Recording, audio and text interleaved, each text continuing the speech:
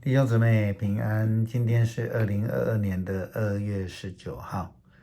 今天的经文是诗篇37篇第1到11节，39到40节，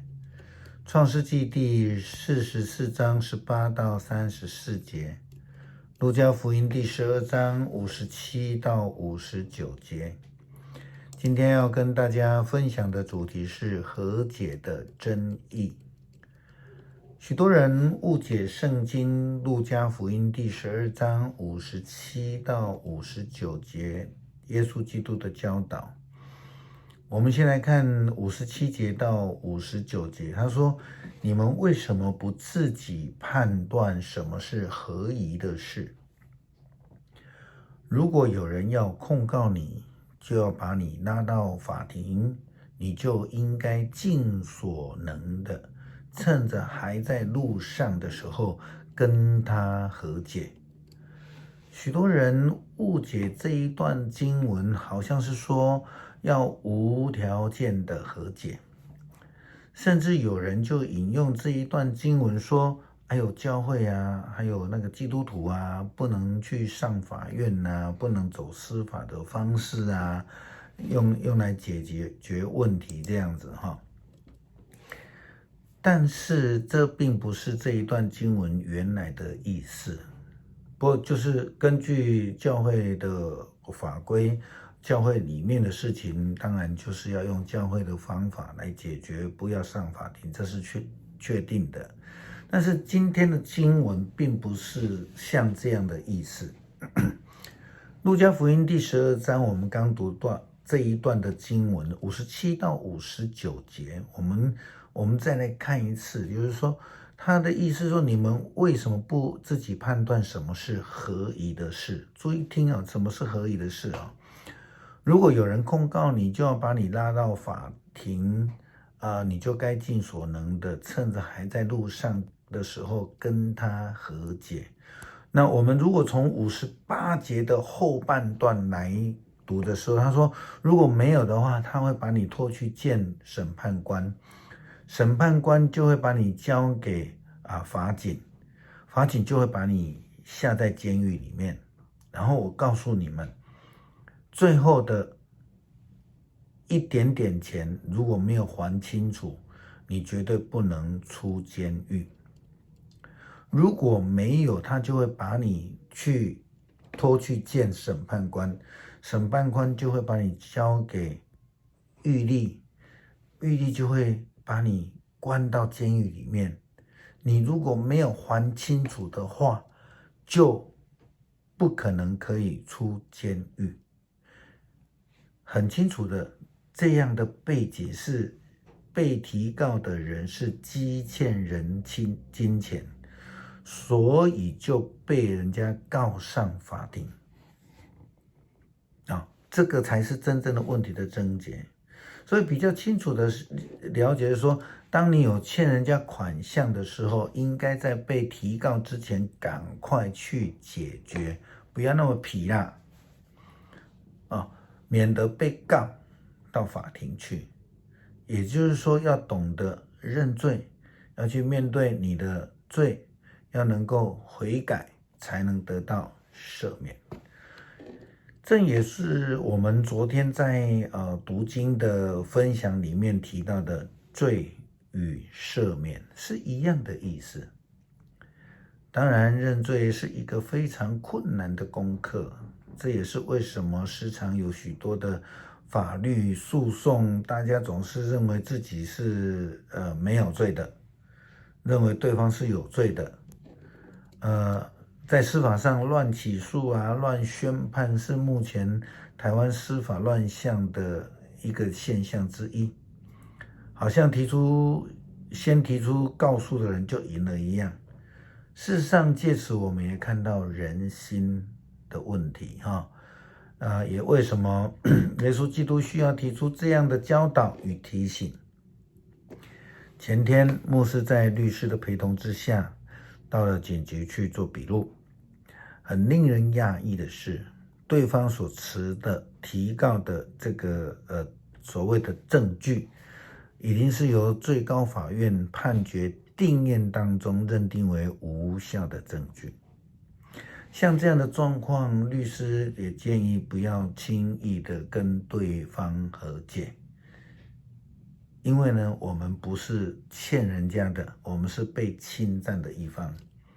我们并没有如同圣经耶稣基督所教导的所提的，是积欠对方任何东西或是金钱。所以我们要面对，要承担不是一件容易的事情啊。我们今天在看到创世纪44章记载约瑟和他兄弟之间的互动。当约瑟想办法要把弟弟留下来，便雅悯留下来的时候，犹大出面来替便雅悯求情，这个是协商和解了啊。因为他们事实上并没有偷窃约瑟或是埃及任何东西。犹大在经历了这许许多多的苦难，他终于能够挺身而出，为便雅悯挺身而出，愿意为弟弟便雅悯来顶罪，代替他被留置在埃及。犹大并不是为了便雅悯来辩解，他向埃及宰相解释便雅悯对他们的父亲是多么的重要，并且他提到了另外一个弟弟约瑟的悲剧。他说，你的仆人我们的父亲这样说，你知道我的太太给我生了2个儿子，一个离开我，一个被这个野兽吃掉了，至今我仍然没有办法看到他。如今你们又将这个带去离开我，若是他遇到灾难，就是你们害我白头发凄惨下阴间。或许我们可以把这一段的告白当成是犹大的认罪告白。他告诉埃及宰相，当然他的目的是要与他协商，让小弟弟可以回到父亲的身边。犹大又向埃及的宰相说，我们的父亲的性命与这个小孩子的性命相结连。如今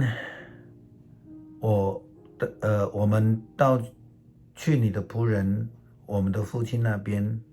若是这个小孩子没有跟我们一起，我们的父亲看不到他，我们的父亲一定会死。这样子就是我们让你的仆人我们的父亲白头发凄惨下阴间。你的仆人有对我们的父亲保证，这个小孩子说，我没有带他回到这里交给你，我愿一生担此罪。现在求你准许你的仆人留在这里，替这个小孩子做你的奴隶，让他跟他的兄长一起回去。他若不跟我们一起回去，我哪敢去见我们的父亲？我不忍心看着我们的父亲遇到这样的灾难。这件事情的发生，迫使了犹大他们不得不去面对过去的罪，描述他们的弟弟约瑟所面对的境况跟他们的家庭，也符合了耶稣基督的教导，在被提告之前，先去跟提告的人来认罪和解。诗篇37篇第1到第11节，不要因作恶的人懊恼，不要羡慕行不义的人，他们要像草一般很快的枯干，他们要像花木一样凋残，要信靠上主，努力行善，安居在这片土地上，享受康宁，要向上主寻求喜乐，他一定成全你的心愿。要把你自己交托上主，信靠他，他会帮助你。他要使你的公平和如光照射，他要使你的正义如正午太阳。要耐心等候在上主面前，不要因兴盛的人而懊恼，不要因恶魔得逞的人而不平，不要气愤，不要发怒，不要懊恼，这对你有害无益。信靠上主的人要安居在这片土地上，但作恶的人要被赶走。只一眨眼，邪恶的人就会消灭，你找他们也找不到。但是谦卑的人要定居在这片土地上，他们要安享无穷的幸福。39节到40节，上主拯救义人，在患难时保护他们。上主帮助他们，救拔他们，他救他们脱离邪恶的人，因为他们向他寻求庇护。感谢上帝赐下救恩，透过耶稣基督的教导，知道我们不可以欠别人，不可以跟人家有不好的关系。求主帮助我们追求与人和睦的关系，求主使主的名来得荣耀。祷告是奉主的名求，阿们。